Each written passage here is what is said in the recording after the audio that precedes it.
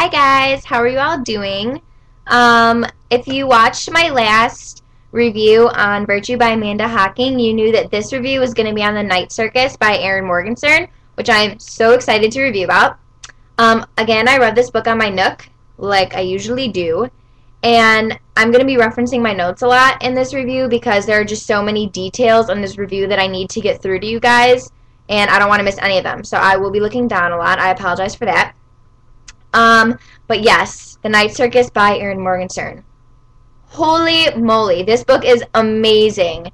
It is an adult book, and I recommend it to anyone, though. I honestly don't think there needs to be like an age limit on it or anything. I think it's perfectly fine for anyone to read.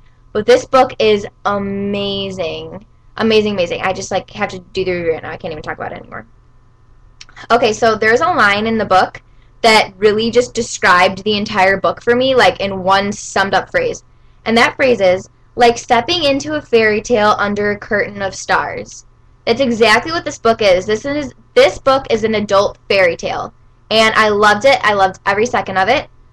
Yeah, so let's get started. So the story starts off by a guy named Prospero the Enchanter, whose real name is Hector Bowen, and he's an illusionist. And he's in a old auditorium. This book takes place in the late 1800s, early 1900s, and he's performing his shows. And he's very popular, and everyone in London loves him, and they always go to see him, and everyone knows who he is. Well, one of his workers tells him that there's something that he needs to see in his office.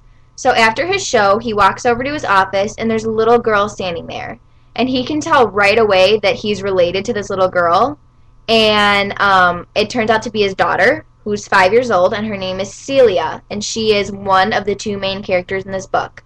So when he meets Celia, she is 5 years old, and Hector's not really excited that he has a child because his career is like booming and he doesn't need this extra baggage. And Celia can kind of sense that he doesn't want her and that he doesn't like her really, and she breaks a teacup, like with her mind out of anger, and then she realizes what she did, so she puts it back together with her mind, like including the tea, like tea gets sucked back into the cup gets like remade, whatever. And then Hector realizes, oh, she's going to be really valuable, whether it be helping me perform in my illusion shows or for something else. So he notices that there's a note attached to Celia, and he reads it, and it's a suicide note from Celia's mother, who was kind of like a one-night stand with him. And she was just saying, like, oh, I can't bear, like, to be without you. I love you, and, like, all this stuff. And she ended up killing herself, and that's why he is now stuck with Celia.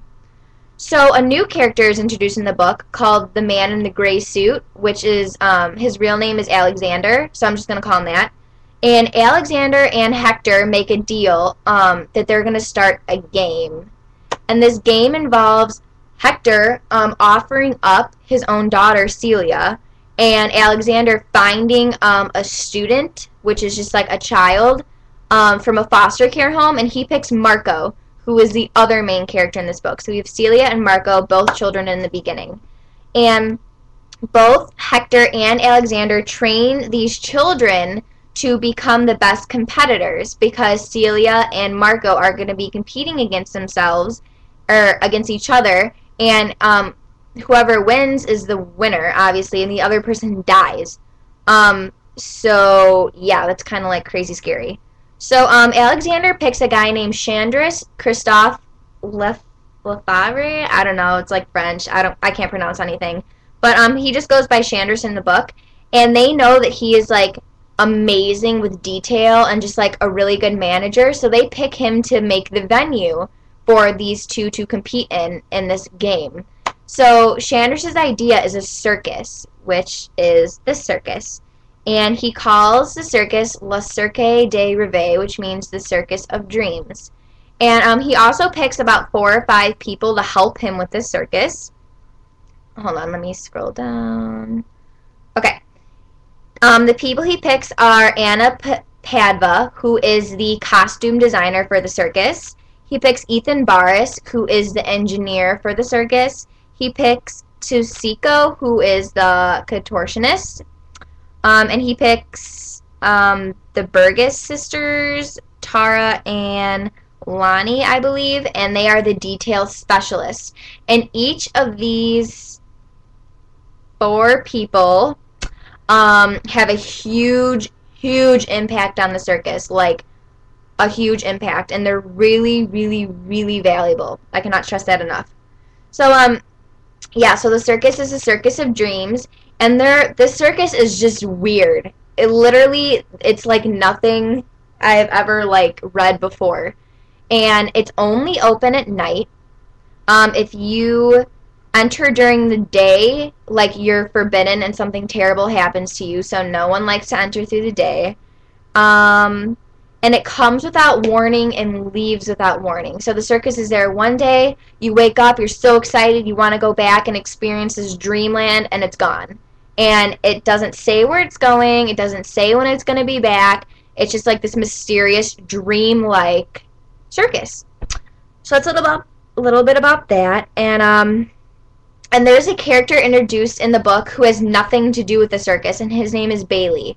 And Bailey's just an ordinary guy who is dared by his older sister to sneak into the circus during daytime, and he does it. And he meets a girl named Poppet. And Poppet tells him, you need to leave. You can't be here. Like, it's forbidden. You need to go now. And he's like, but it was a dare. Can you please just give me something so my friends can see that I really did snuck in here and I'm not lying. So she gives him her white glove. And you find out later in the book that Bailey and Poppet do form a relationship because he does get to go to the circus again. And Bailey forms a huge responsibility in the circus and everything. Let's see. So, yeah, so basically the story is just amazing. I was on the edge of my seat. I'm like, who's going to win? Who's going to die? Blah, blah, blah. What's going on? Like, why is this circus, like, every time someone goes, they see new tents that they've never experienced before. And, like, it's just amazing. And everyone has all of these, like, great characteristics. And I just love it so much. And the ending is fabulous. The whole book was just unbelievable. I encourage everyone to read it, and if you do read it, please leave a comment below because I would love to see your opinions as well. But yeah, so Celia and Marco form a relationship that's basically forbidden because they are competing against each other, which everyone likes a little romance. But yeah, it's just so good, you guys. Please, please, please, please, please read it. The author did a phenomenal job. I was just so impressed. I literally didn't get off my couch for like 3 days. But yeah, it was so awesome. So yeah, hope you guys read it and hope you enjoyed the review. Yeah, have a good weekend. I will get a new review up soon. Bye!